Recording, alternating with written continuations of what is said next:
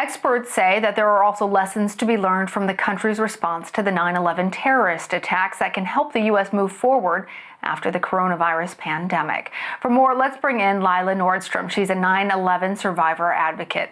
Lila, thank you for joining us. A lot of medical research was conducted in the aftermath of 9/11, given that so many survivors were exposed to toxic debris. What lessons from 9/11 should officials be considering when determining how medical research should be handled in combating coronavirus? Hi, thanks so much for having me. I think the primary lesson that we learned the hard way in the 9/11 community was to make sure that your research is being done on a representative sample of people. So in our case, first responders, because they were already in part of a healthcare system, were the source of most of our early research. But that meant that later, when we had a health program that was identifying which conditions they wanted to treat, they were looking to those responder health studies to figure out which conditions were linked.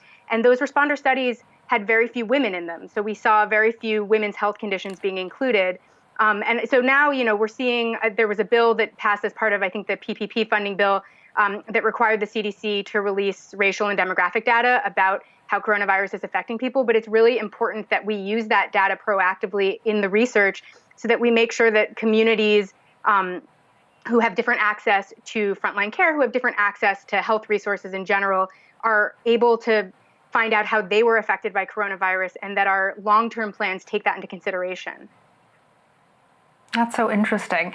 Now, Lila, the federal government funded programs such as the World Trade Center Health Program and the New York Individual and Family Grant Program to help Americans following 9/11. Should similar programs be put into place to deal with the coronavirus pandemic? And if so, what needs to be in them?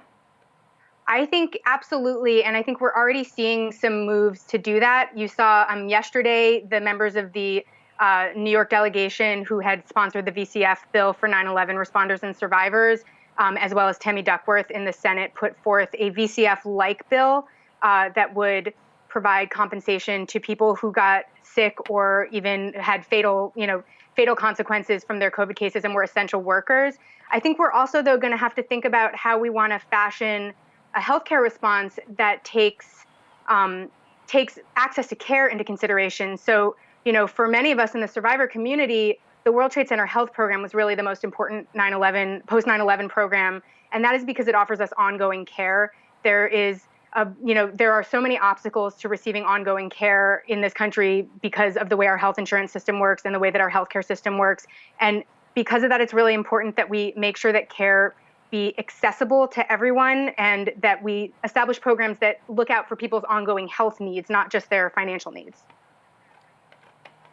Well, some federal programs post 9/11 weren't easily accessible to all, to your point.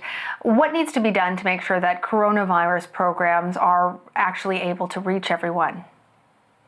I think the most important thing for us to know going in is that the people with the most in need of long-term help are not going to perfectly align with who's been most visible in the crisis.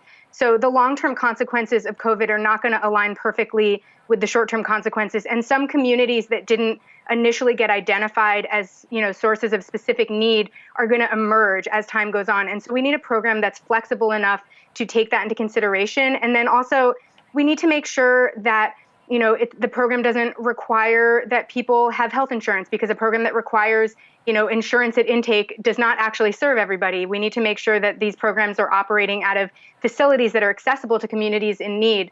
I think, we want to make sure that everyone who, especially essential workers, but everyone who's done their part to, continue, serving essential needs in our society gets care, but we also need to make sure that the people who need care the most get it, whether or not they have done something special to quote unquote deserve it. This is a public health issue that affects all of us. It's an infectious disease. It's important that every single person have access to care because that protects all of us. And so we need to make sure that we're taking that into consideration as we develop federal programs. And the federal government has a tendency to develop really specific programs. They don't like to develop programs that establish broad classes of need. And so I think it's going to be really important that we push for that as these programs start to develop. Really important reminders. Lila Nordstrom, thank you. Thanks.